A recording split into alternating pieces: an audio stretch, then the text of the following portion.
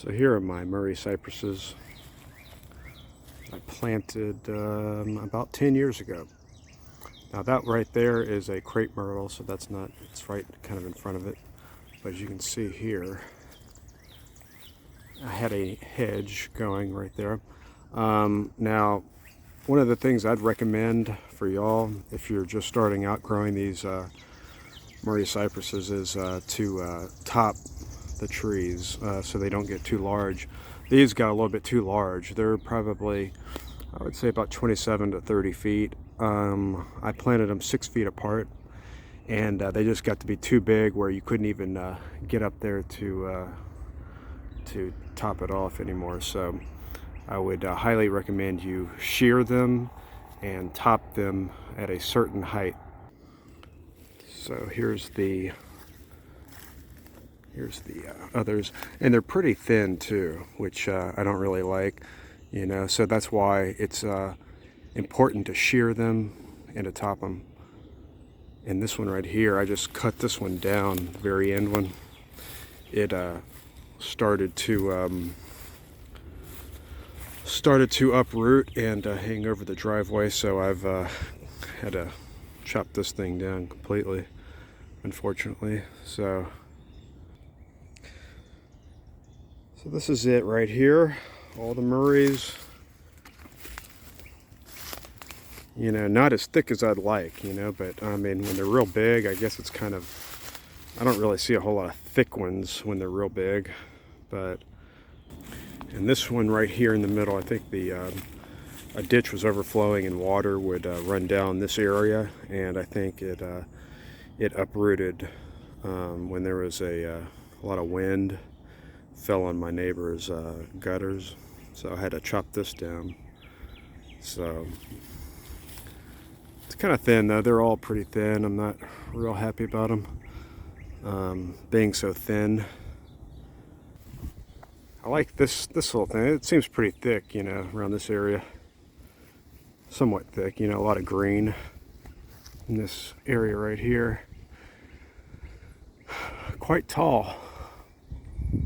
Quite tall. I'm kind of impressed with these guys right here. So that's the crepe myrtle there, so ignore that. But, and then I've got one right there, and then there's another small one right there that just didn't grow very, very tall. And I don't know if you can see it, right in the middle of the screen there. You got that one, and then you got this one right there. It's probably about 75% the height of the one next to it right there. So, and that one's real thin and all that. So another angle from this side here. And I will show you the other side, which I call the shady side. So this is the shady side right here. It's on the other side of the property. And as you can see, I had a whole bunch of trees right here that never grew. They browned and died and all that. So I had a row just like the other side. But these are the only 4 remaining right here. I don't know if you can see it. These 4, and they're pretty thin. They're quite a bit thinner than the other side. As you can see here now, I'm out of the sun.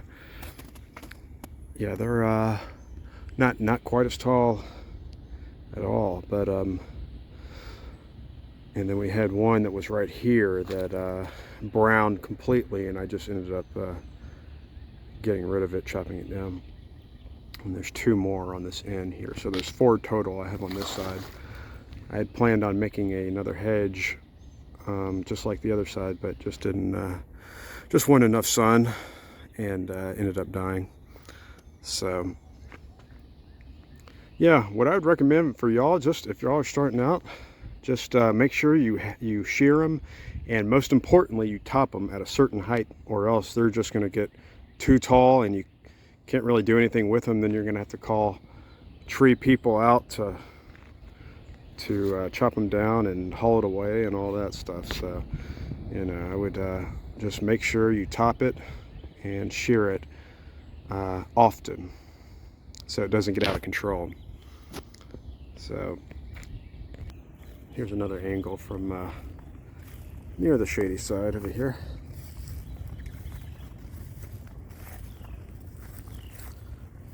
You know, I bought these on sunsetgrowers.com. I don't know if they're still around, but you know, trees have gotten so expensive, the seedlings, you know, real small trees. Had a wasp attack me. And now trees are just incredibly expensive, but I bought these for, I think it was about $2 a piece for a foot tall seedling, and I bought, I believe, 25 of them for, I guess it had been $50 or so. But now trees are just through the roof expensive, you know. So you know what, my thing that I'm going to do is just try to keep these trees that I've still got around, and you know, it's been 10 years since I put them in the ground.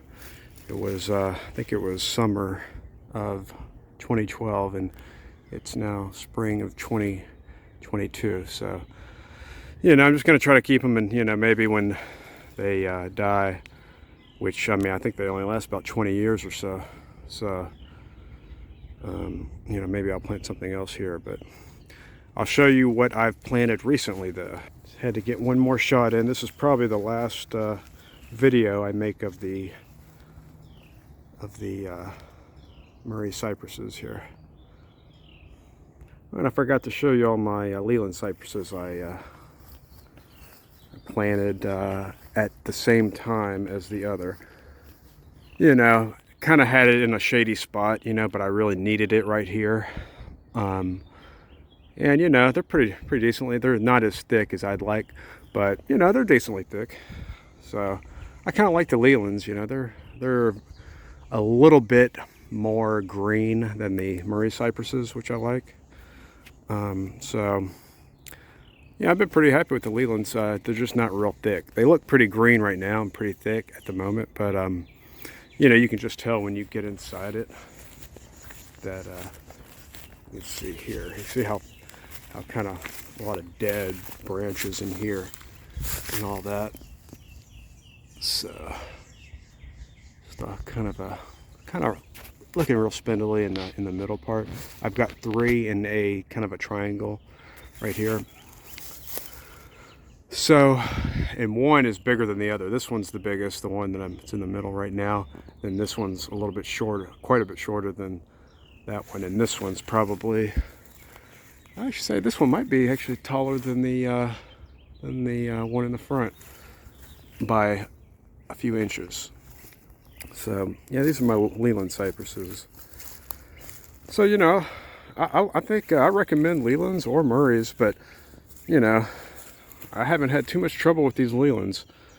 I did have a bagworm problem, on the Murrays for a little bit, and I think even the Leylands, but I got rid of those with a chemical.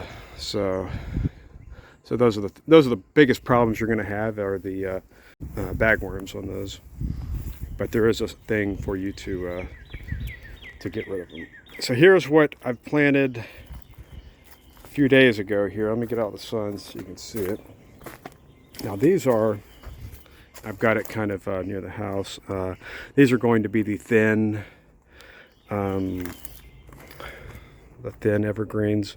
I call them kind of like Italian cypresses, but apparently Italian cypresses don't grow well where we're at. So these are actually called Wilma Monterey cypress, and they will grow about 12 feet in total. So I just planted these things, and you know, for kind of a nice look, and you know, I know birds like to nest in them and stuff. So we just needed something right here. I dug up and cut down all the stuff that was right here in this area, and because it was not really any kind of beneficial plants or anything. So yeah, this is like what I've done so far, and not really planning a whole lot anymore, but did have to get these in, and You know, hopefully they'll be pretty big in a few years, but they don't grow as big as the Murray cypresses and Leylands. I think, I don't know, it's less than a foot a year. I think it's 6 to 8, something like that, maybe 10 inches a year. That's still pretty tall though. Pretty good growth. So, but yeah, this is what I've planted so far, and I'm kind of done planting trees for the most part. So anyway, it's probably the last video of my Murrays.